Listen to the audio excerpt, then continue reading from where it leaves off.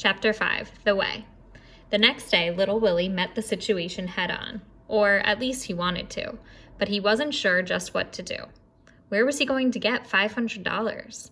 Grandfather had always said, where there's a will, there's a way. Little Willie had the will. Now all he had to do was find the way.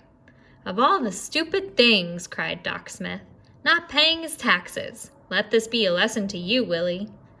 But the potatoes barely bring in enough money to live on, explained little Willie. We went broke last year. Doesn't matter. Taxes gotta be paid, whether we like it or not. And believe me, I don't know anybody who likes it. Then why do we have them in the first place? Because it's the way the state gets its money. Why don't they grow potatoes like Grandfather does? Doc Smith laughed.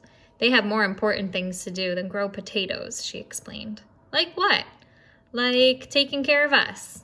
Grandfather says we should take care of ourselves.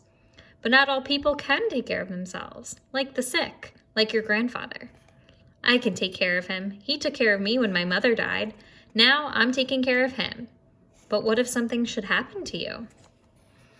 Oh, little Willie thought about this. They walked over to the sled where Searchlight was waiting, Doc Smith's high boots sinking into the soft snow with each step. Little Willie brushed the snow off Searchlight's back. Then he asked, Owing all this money is the reason Grandfather got sick, isn't it? I believe it is, Willie, she agreed. So if I pay the taxes, Grandfather will get better, won't he? Doc Smith rubbed the wrinkles below her eyes. You just better do what I told you before. Let Mrs. Peacock take care of your grandfather and... But he will. He'll get better, won't he? Yes, I'm sure he would, but, child, where are you going to get $500? I don't know, but I will. You'll see. That afternoon, little Willie stepped back into his bank wearing his blue suit and his blue tie. His hair was so slicked down that it looked like wet paint. He asked to see Mr. Foster, the president of the bank. Mr. Foster was a big man with a big cigar stuck right in the center of his big mouth. When he talked, the cigar bobbled up and down, and little Willie wondered why the ash didn't fall off the end of it. Little Willie showed Mr. Foster the papers from Grandfather's strongbox and told him everything Clifford Snyder, the tax man, had said. Sell, Mr. Foster recommended after studying the papers. The cigar bobbled up and down. Sell the farm and pay the taxes. If you don't, they can take the farm away from you. They have the right. I'll be 11 next year. I'll grow more potatoes than anybody's ever seen. You'll see. You need $500, Willie. Do you know how much that is? And anyway, there isn't enough time. Of course, the bank could loan you the money, but how could you pay it back? Then what about next year? No. I say sell before you end up with nothing. The cigar ash fell onto the desk. I have $50 in my savings account. I'm sorry, Willie, Mr. Foster said as he wiped the ash off onto the floor. As little Willie walked out of the bank with his head down, Searchlight greeted him by placing 2 muddy paws on his chest. Little Willie smiled and grabbed Searchlight around the neck and squeezed her as hard as he could. We'll do it, girl. You and me. We'll find the way.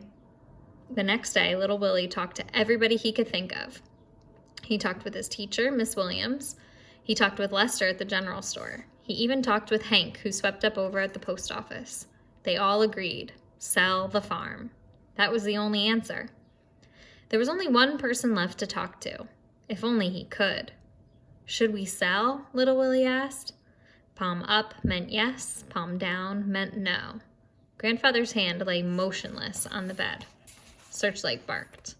Grandfather's fingers twitched, but that was all. Things looked hopeless. And then little Willie found the way. He was at Lester's general store when it happened, when he saw the poster. Every February, the National Dog Sled Races were held in Jackson, Wyoming.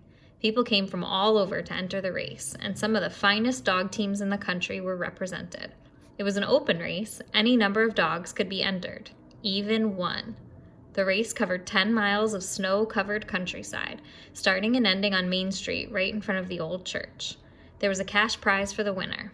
The amount varied from year to year. This year, it just happened to be $500. Sure, Lester said as he pried the nail loose and handed little Willie the poster. I'll pick up another at the mayor's office.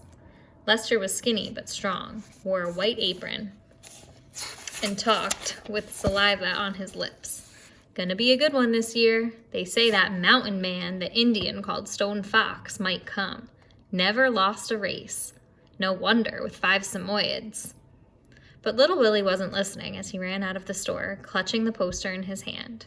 Thank you, Lester, thank you.